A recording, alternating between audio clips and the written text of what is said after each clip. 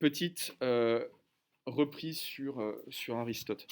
Donc, dans les premiers chapitres de la poétique, ou des poétiques, comme on dit, euh, Aristote fait de la mimésis, c'est-à-dire de l'imitation, le cœur de la poiesis, c'est-à-dire de la création artistique. L'artiste imite la nature selon trois modalités. Premièrement, ce que Aristote appelle les éléments d'imitation, et ce que nous appellerions le mode de production. Ensuite, selon les objets imités, est-ce que l'artiste imite des êtres humains? Est-ce qu'il imite des paysages? Est-ce qu'il imite des animaux? Est-ce qu'il imite des sentiments?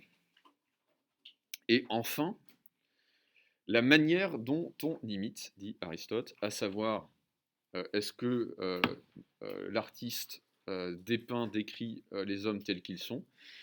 Est-ce qu'il les montre pires qu'ils ne sont? Est-ce qu'il les montre meilleurs qu'ils ne sont? Et donc, Aristote postule qu'à partir de ces trois critères, on peut, euh, on peut distinguer toutes les formes d'art.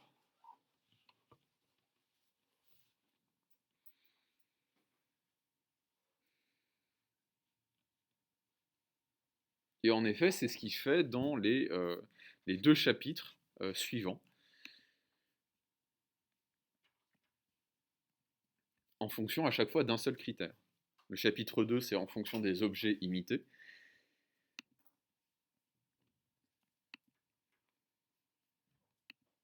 Et le chapitre 3, c'est la manière d'imiter. Alors, quelle est la leçon que nous devons retenir d'Aristote? Premièrement, pour Aristote,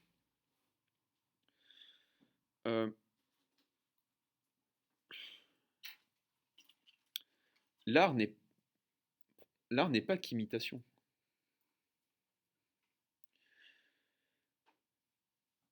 Contrairement à ce qu'il semble dire.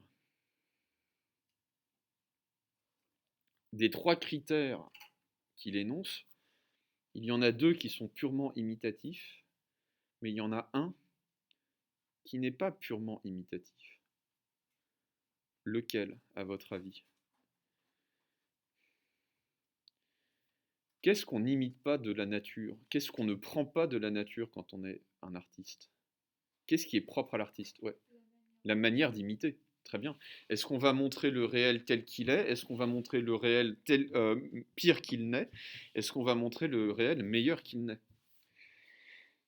Et la question qu'Aristote va soulever, qui est une question que son maître Platon posait, une question qui va nous occuper tout de suite, c'est la question de la sincérité de l'artiste, de son rapport à la vérité. Au fond, parce que l'œuvre d'art est une représentation du monde, on peut se demander si c'est une bonne représentation. Si c'est une bonne représentation du monde. Or, qu'est-ce que c'est qu'une bonne représentation? Est-ce que c'est une représentation qui colle à la réalité? Ou est-ce que c'est autre chose? Et ça, c'est la question qu'on va devoir se poser.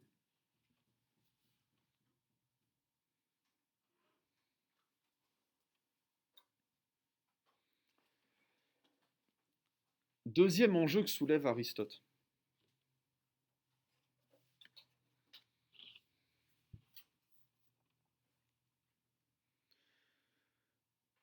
C'est celui de l'abstraction. Tout art est abstrait. Tout art est abstrait. Pourquoi? Louise, pourquoi? Parce que un artiste ne peut pas imiter la totalité du réel. Il choisit toujours un aspect de la réalité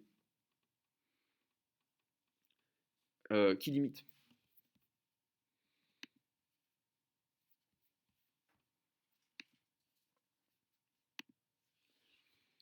Typiquement, hein, le peintre, par exemple, n'imite la réalité que dans son rapport à la forme et à la couleur. Le danseur ou la danseuse n'imite la réalité que relativement au mouvement et au rythme. Le chanteur que relativement au son, à la mélodie, au rythme, éventuellement au geste, mais c'est très éventuel, etc., etc. Donc à chaque fois, l'artiste doit choisir sous quel aspect il imitera la réalité.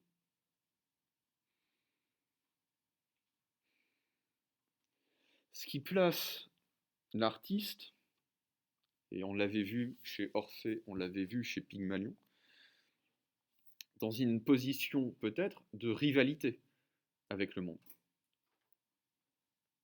Pourra-t-il créer comme la nature crée? Pourra-t-il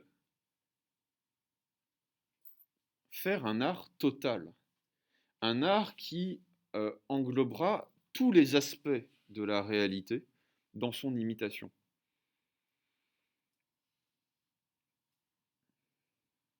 Alors, c'est ça qui est rigolo. Qu'est-ce que c'est que est-ce que vous savez ce que c'est que l'art total? Le concept d'art total. J'ai des élèves qui sont en IDA. C'est quoi l'art total? C'est un concept qui va être forgé par qui? Vous savez? Non. Par un type qui s'appelle Richard Wagner, auteur d'opéra, un compositeur d'opéra. Donc Richard Wagner, notamment l'auteur de la trilogie, je crois que c'est la trilogie, du Rhin. Oui, il y a l'or du Rhin, Sigmund et, euh, et le crépuscule des dieux, il me semble. Donc c'est un compositeur d'opéra. Et Wagner va dire l'opéra, c'est l'art total. L'opéra, c'est un art qui est à la fois visuel, vous avez de la peinture et de la sculpture.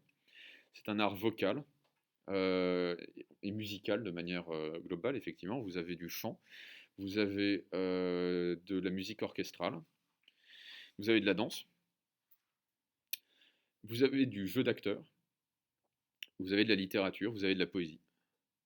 Et donc il va dire l'opéra, et Mein Opéra, c'est de l'art total. C'est un art qui englobe, qui synthétise tous les arts. Alors, Wagner, bon, je ne sais pas si vous avez déjà écouté du Wagner, mais c'est quelque chose, quoi. Soit on trouve ça sublime, soit on a envie d'envahir la Pologne. C'est une musique qui est extraordinairement puissante, mais typiquement, on ne peut pas se dire, en écoutant, ou en pire encore, en voyant du Wagner, on ne peut pas se dire, c'est un art qui imite la nature.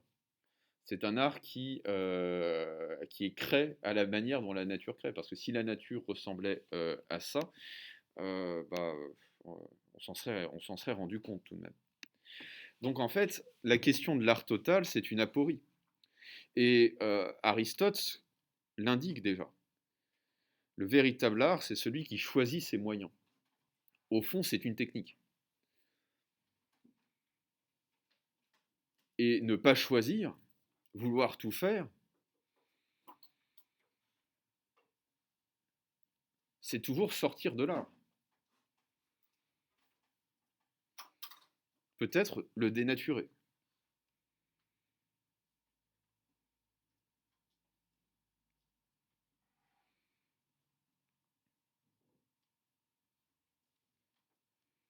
Oui,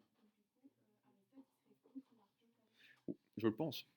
Je le pense. Il verrait ça. Vous savez, les Grecs, c'est la mesure. C'est le contraire de l'hubris. Ce qu'on appelle l'hubris, c'est le sens de la démesure. C'est H-Y-B-R-I-S, la démesure. C'est ce qu'on va reprocher euh,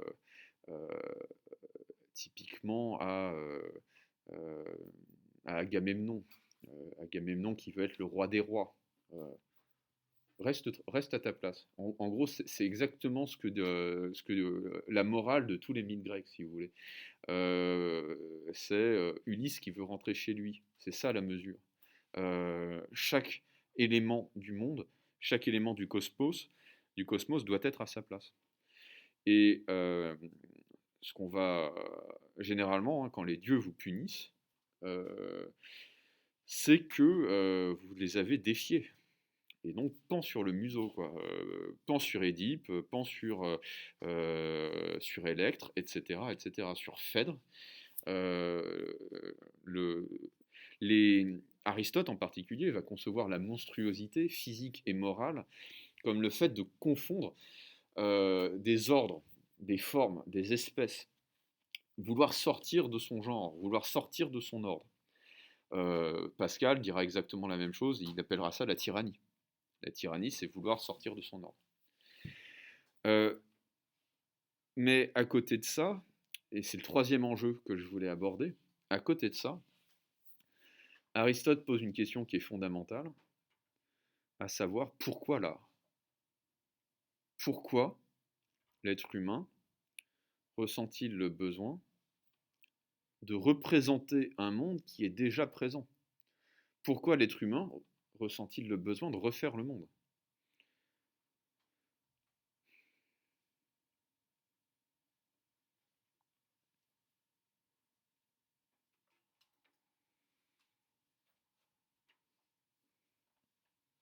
Et c'est tout l'enjeu, hein, que nous allons voir maintenant. Donc cette question-là, j'y répondrai plus tard, mais c'est justement tout l'enjeu de sa discussion avec Platon. C'est tout l'enjeu de sa discussion avec Platon. Platon qui a été son professeur, son maître. Pourquoi l'art? Ouais.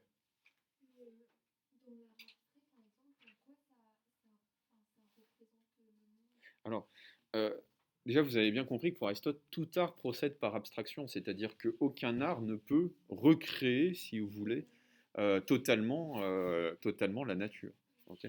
Euh, L'art abstrait représente le monde sous forme, de forme, typiquement, de forme et de couleur.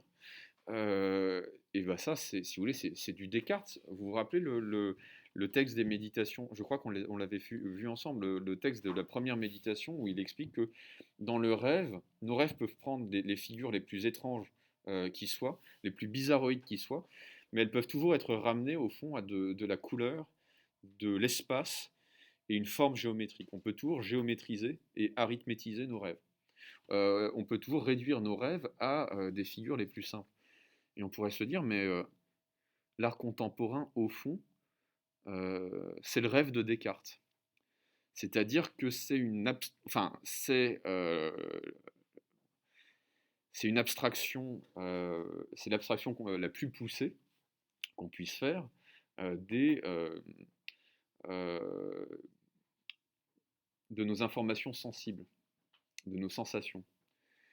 Et je pense en particulier à ces œuvres monochromatiques où le tableau n'est que d'une seule couleur, ou d'autres œuvres où il y a par exemple aucune couleur et que des formes géométriques sur fond blanc. Je pense à des œuvres par exemple de Pierre Soulages qui alors c'est indescriptible et en plus il faut les voir en fait pour vraiment les apprécier, ça ne se photographie pas facilement. C'est des espèces de surfaces noires avec une sorte de texture qui rappelle le vinyle. Ça ressemble ça ressemble à du pétrole.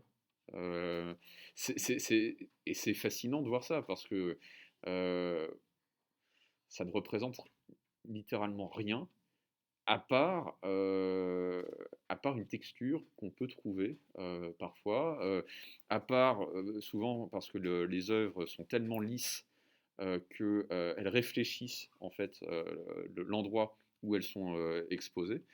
Euh, et là, on se dit effectivement, c'est ça, c'est peut-être ça au fond, Eva, c'est peut-être ça l'autre extrême de l'art, vous avez d'un côté l'art total, et de l'autre côté, un art qui va s'épuiser dans l'abstraction, qui va être le plus minimaliste possible dans ses moyens d'expression. Et pour le coup, c'est de la vraie recherche, quoi. C'est pas, je ne suis pas dans la critique, enfin, même si je- mon côté réac fait que je suis assez contre un certain art contemporain, hein. Quand, je sais pas moi, euh, Anselm Kiefer fait un camp de concentration en Lego au Grand Palais, ça me fait moyennement rigoler. Quand il remplit une armoire avec des pilules et vend ça à 50 000 euros, ça me fait moyennement rigoler, mais c'est pas ça au fond. La recherche esthétique, enfin, c'est pas ça que doit être la recherche esthétique en art contemporain, dans l'art contemporain. À la limite, je pourrais vous en parler de l'art contemporain, parce que sous un angle économique et social surtout. Alors, on va attaquer deux questions grâce à ce dialogue qu'Aristote et Platon vont mener ensemble. La question du vrai et la question du bien. Ok.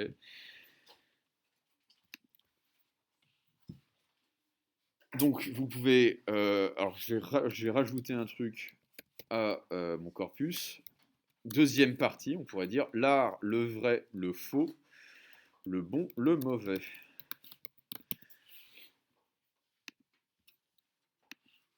Ça ressemble à un titre de western.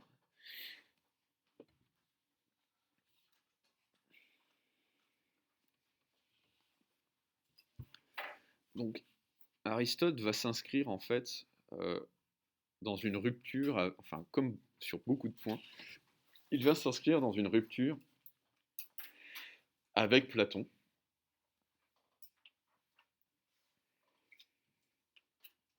Sur la question de l'art, dans son rapport au vrai et dans son rapport au bien.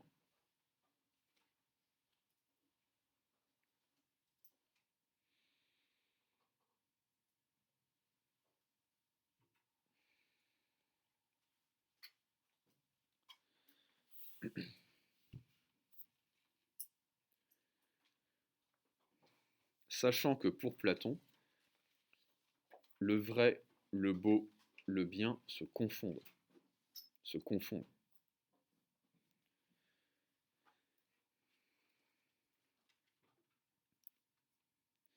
Platon mène une critique virulente de l'art,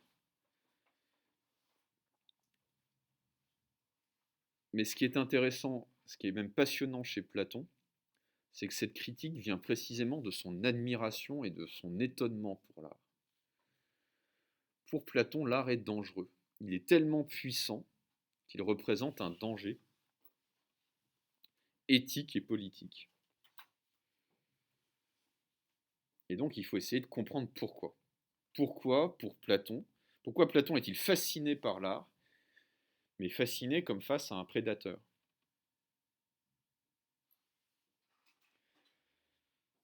Alors pour tenter de le comprendre, il faut voir, à mon avis, il faut passer par ce dialogue qui va être un tournant dans l'œuvre de Platon, qui est le dialogue du sophiste. Le sophiste.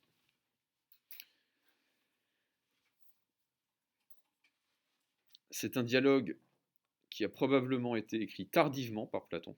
C'est un dialogue de la maturité.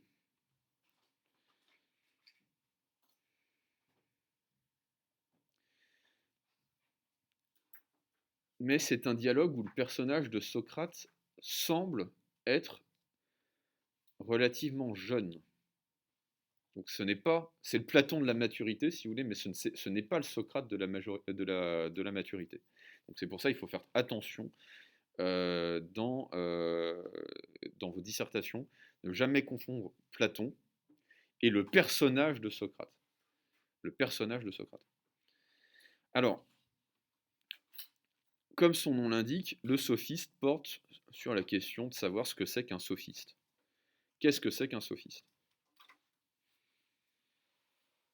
Donc, Anna, oui, vous vous souvenez de ça normalement.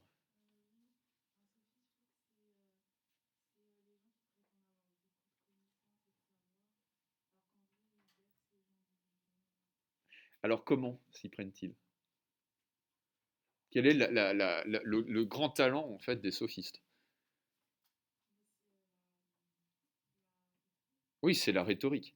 C'est-à-dire que le sophiste, c'est quelqu'un qui, par l'art de la parole, par l'art de la persuasion, va être capable de faire croire qu'il est expert mieux que l'expert lui-même. C'est l'ancêtre du conseiller en communication, si vous voulez. Il n'y connaît rien, mais il en parle tellement bien qu'on va croire qu'il s'y connaît. Alors, l'enjeu fondamental du sophiste, c'est la question du faux. La question du faux. Qu'est-ce que c'est que le faux? Et c'est un tournant dans l'œuvre de Platon parce que Platon va... la philosophie, c'est une histoire de rupture. Platon va rompre avec son maître en philosophie qui s'appelle Parménide. Parménide.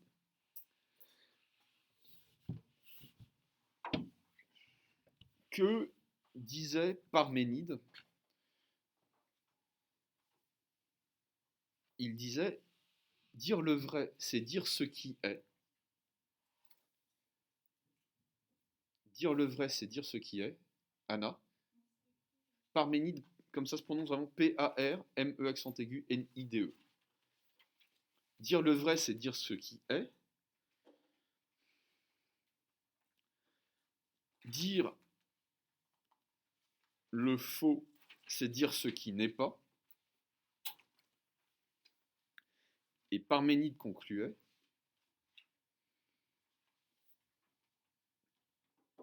le vrai, c'est l'être, c'est ce qui est.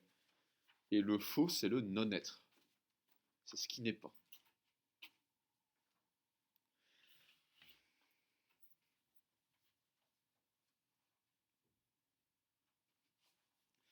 Or, quel est le problème que pose le sophiste?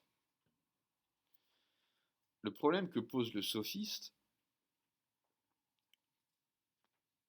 c'est son succès. C'est-à-dire que s'il ne faisait que dire ce qui n'est pas, qui le croirait? Qui serait séduit par lui? Personne. Le faux ne peut donc pas être, le faux ne peut donc pas être ce qui n'est pas. Et donc, c'est tout le dialogue en fait. Qu'est-ce que c'est que le faux? Qu'est-ce que c'est que le faux? Si ce n'est pas ce qui n'est pas, qu'est-ce que c'est que ça? Qu'est-ce que c'est que ça? Qu'est-ce que c'est que le faux? Ouais.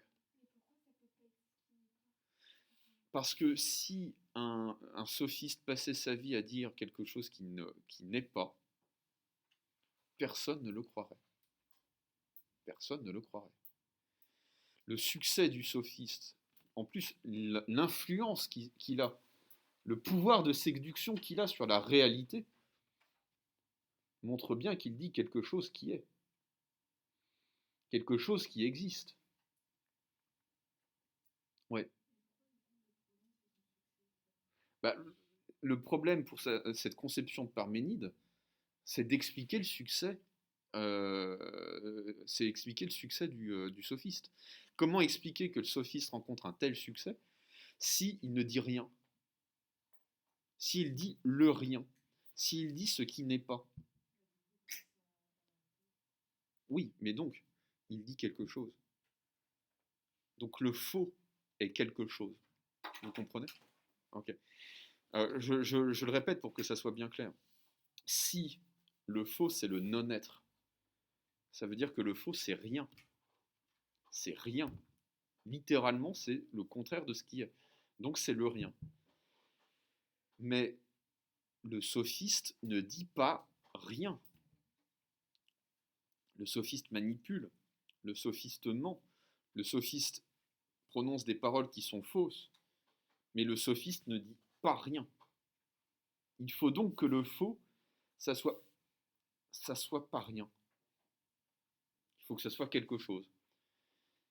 Mais qu'est-ce que c'est que ce quelque chose qui n'est pas rien, mais qui n'est pas vrai pour autant?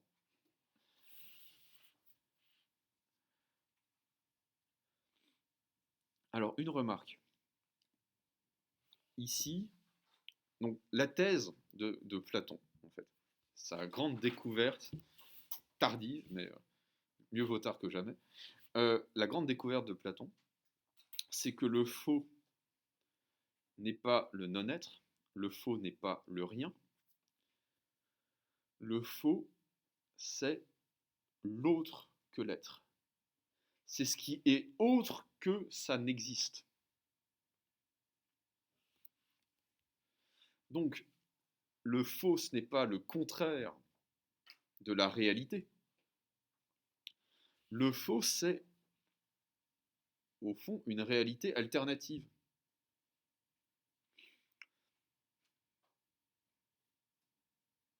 Hein, ça rappelle Trump, si vous voulez. Non, ce ne sont pas des fausses nouvelles, ce sont des autres nouvelles.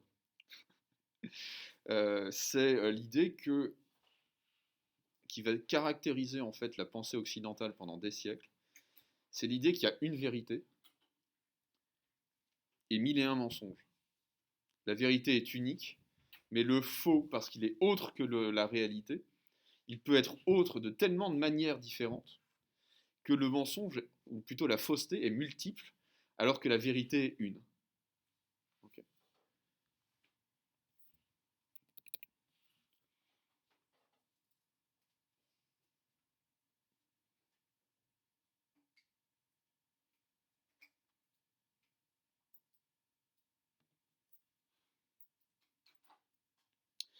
Une remarque, donc, que j'allais faire. Le personnage de Socrate est en retrait pour la plus grande partie du dialogue.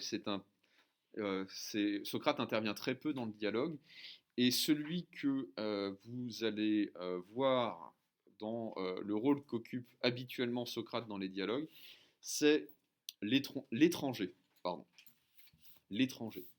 Alors, c'est un étranger qui vient d'une cité grecque qui s'appelle Élée, d'où vient un philosophe très, très célèbre qui s'appelle Zénon.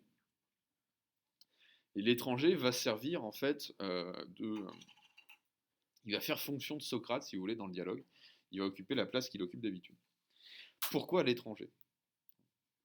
Justement, l'étranger, c'est celui qui est autre, et justement, tout l'objet du dialogue, c'est de montrer que la fausseté n'est pas le non-être, mais est l'autre. Et donc, l'étranger est celui qui va précisément, peut-être parce qu'il est étranger, apprendre à Socrate à discerner ce que c'est que le faux.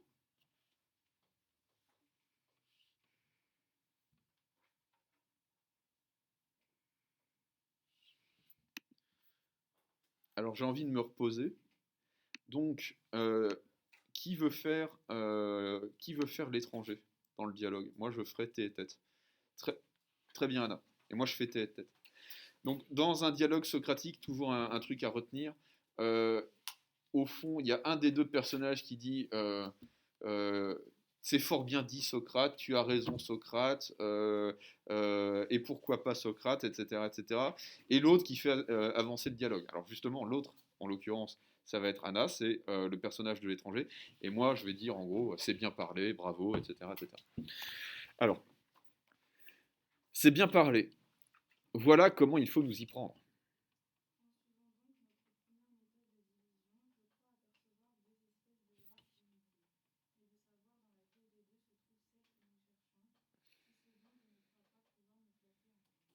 Dis-nous toujours, en attendant, quelles sont ces deux espèces?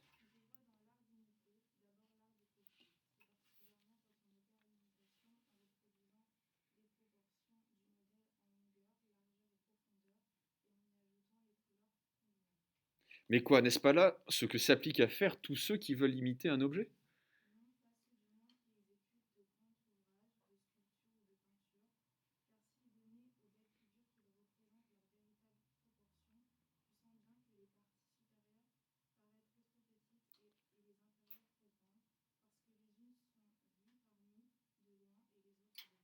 Cela est juste.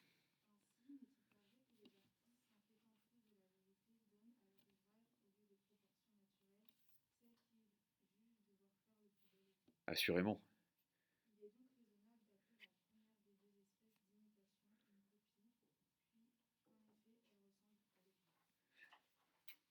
Oui.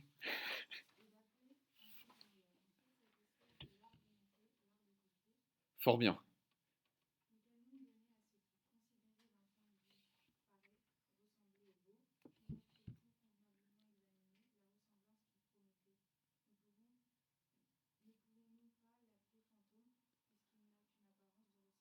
Pourquoi pas?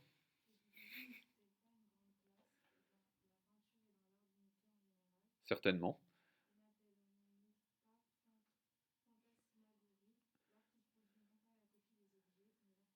D'accord. Alors, ce qui est bien, c'est que si jamais un jour vous faites des versions en grec, c'est que quand vous traduisez un dialogue de Platon, vous avez une phrase, enfin en gros une réplique sur deux à traduire, puisque la plupart du temps, l'autre réplique c'est oui, fort bien, assurément, pourquoi pas, etc. etc. Donc, c'est reposant. Euh, alors, il y a très clairement deux parties dans ce dialogue, et il y a une partie qui fait référence à un événement qui s'est réellement produit à Athènes, qui est un concours de sculpture qui a eu lieu juste avant la guerre du Péloponnèse, donc la guerre qui va opposer Sparte à plutôt la Ligue du Péloponnèse, les cités alliées à Sparte et la Ligue de Délos, donc Athènes et les cités alliées à Athènes. Donc c'est le siècle de Périclès, hein, comme on dit, c'est le 5e siècle, donc les années 499 à 399. Et c'est le moment où Périclès construit le Parthénon, qui est le temple d'Athènes au sommet d'Athènes. Et il veut construire devant le Parthénon, pour ceux qui ont peut-être joué à Assassin's Creed Odyssey, une gigantesque statue d'Athéna. Donc comment fait-on pour construire une gigantesque statue d'Athéna, hein, pour faire des travaux publics, comme aujourd'hui, hein, enfin normalement comme aujourd'hui, parce qu'il peut y avoir un peu de corruption. On fait un appel d'offres, c'est-à-dire qu'on va sélectionner des artistes sur la base d'un concours, et ils font une maquette, et on choisit en fait l'artiste sur la base du projet qu'il propose. Et ce concours, donc pour cette statue monumentale d'Athéna devant le Parthénon, ce concours va opposer un maître et un élève. Le maître, c'est Phidias. Alors, excusez-moi, il faut que je retrouve le nom de l'élève. Toc, toc, toc. Phidias et Alcamène. Alcamène.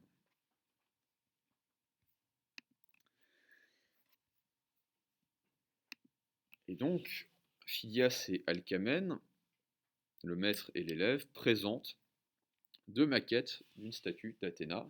Ils ont pris le même modèle. C'est la même femme qui a servi de modèle. Et quand le jury se rassemble,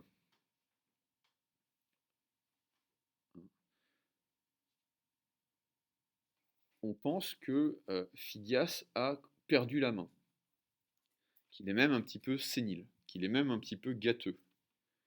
Pourquoi? Parce que il a sa statue a une tête énorme et des toutes petites jambes. Bon, hein. Pour Athéna, c'est peu flatteur quand même. Phidias, pardon. Et Alcamène se dit, bon, c'est dans la poche.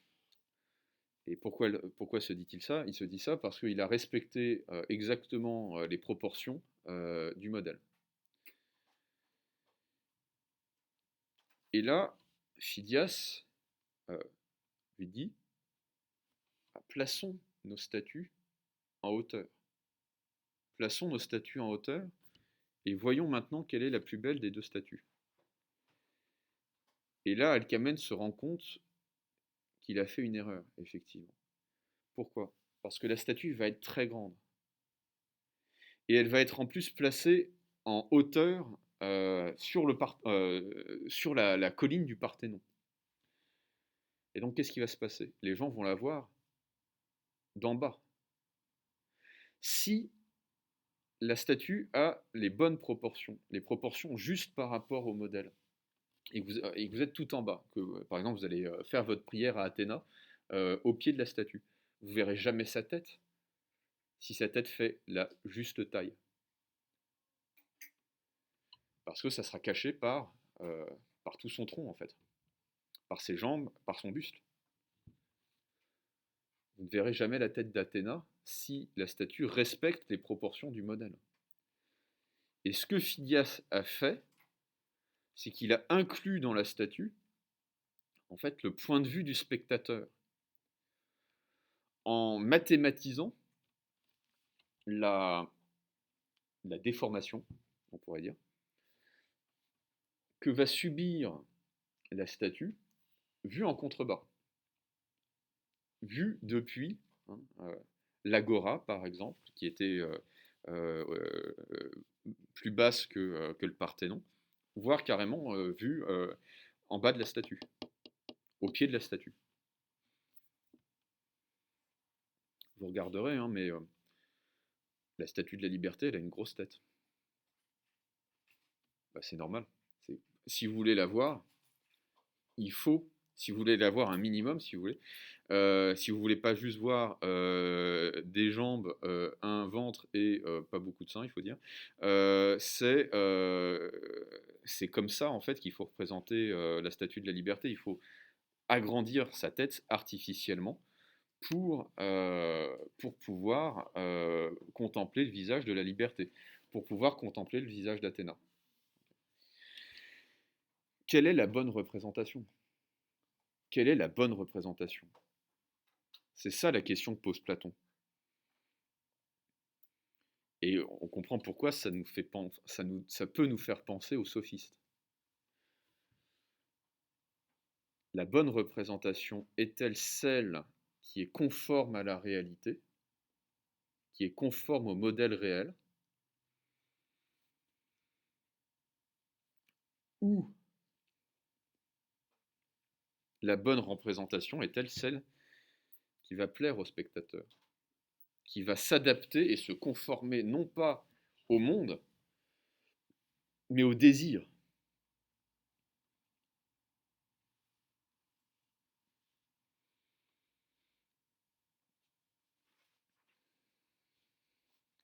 Et là, vous avez effectivement les deux sens de refaire le monde.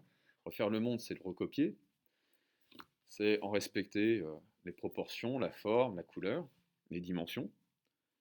Et refaire le monde, c'est projeter sur le monde nos désirs.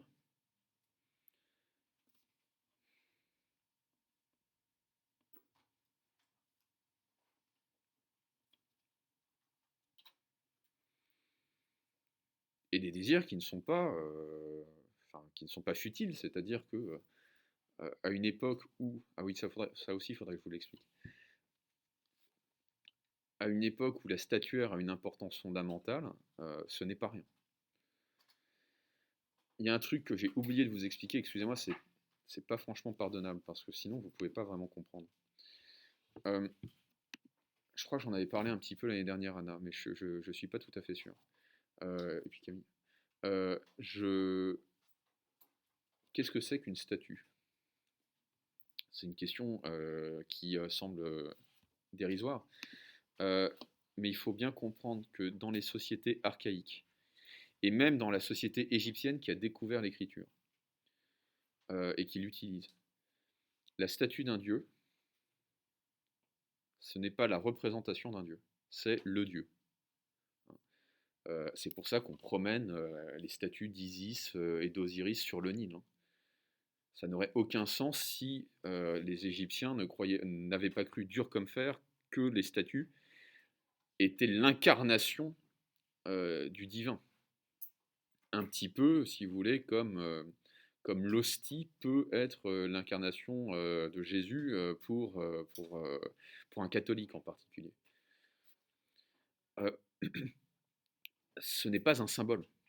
La statue n'est pas un symbole, c'est directement le Dieu. C'est immédiatement le Dieu. Et que nous montre en fait ce texte de Platon et ce concours entre Alcamène et Phidias?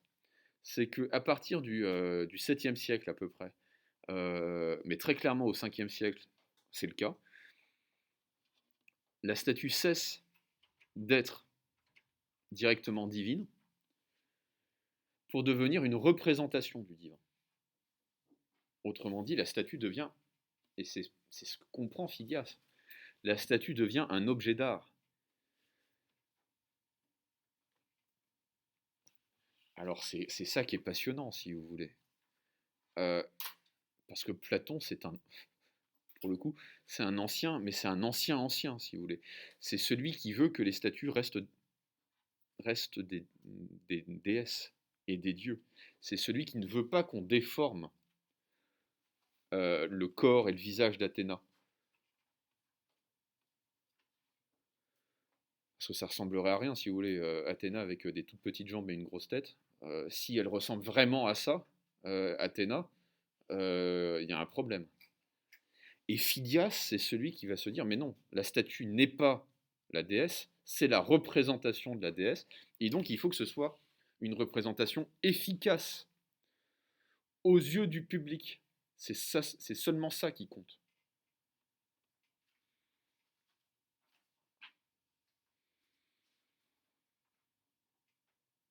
Et donc, vous avez Phidias qui pense en artiste, et Platon qui pense en croyant. Phidias qui pense la statue en artiste, Platon qui pense la statue en croyant, en homme de foi.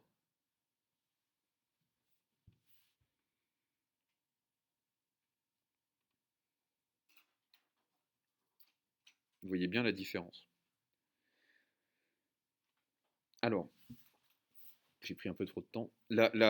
L'autre grand enjeu du texte, et qui va faire la seconde partie du texte, c'est que Platon va distinguer deux types d'imitation.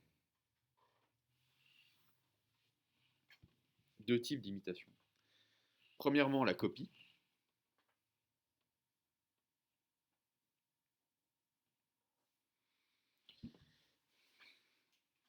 La copie qui produit l'image du modèle.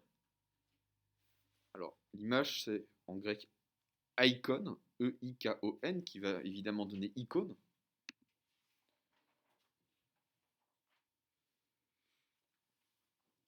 Et puis ce qu'il appelle la fantasmagorie. La fantasmagorie. En grec, fantasma, avec un PH. Je crois que les Anglais écrivent encore fantôme, phantom, avec un PH. Ou c'est F. Alors, qu'est-ce que c'est qu'un fantasme? Qu'est-ce que c'est qu'un fantasma? Le fantasma pour Platon, c'est l'image d'un modèle qui intégrerait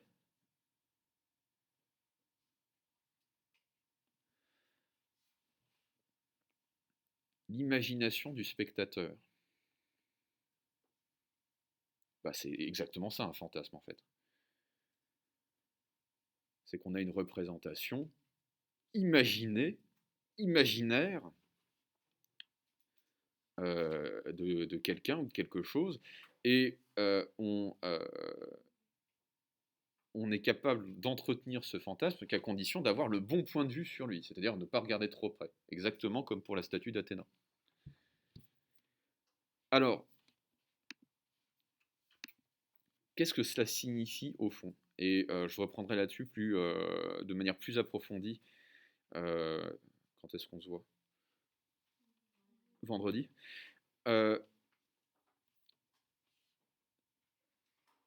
Pour Platon, le grand danger, car la grande puissance de l'œuvre d'art, c'est qu'elle est beaucoup plus créée par le spectateur que par l'artiste. Au fond, c'est le regard du spectateur qui fait l'œuvre. C'est le désir du spectateur qui fait l'œuvre. Et c'est exactement ce qui se passe pour la statue d'Athéna, c'est le point de vue du spectateur qui fait que l'œuvre est telle qu'elle est.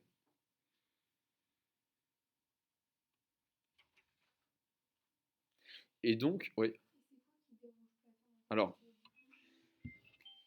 ce qui dérange Platon, c'est que c'est exactement le même principe dans l'hallucination. Dans l'hallucination, en fait, on croit avoir quelque chose qui est là alors que ce n'est pas là. Et vous allez voir vendredi les conséquences politiques que cela peut avoir. Les promesses n'engagent que ceux qui les croient. C'est exactement ça là. C'est exactement ça l'art. C'est qu'on représente un monde qui n'existe pas et auquel on a envie de croire.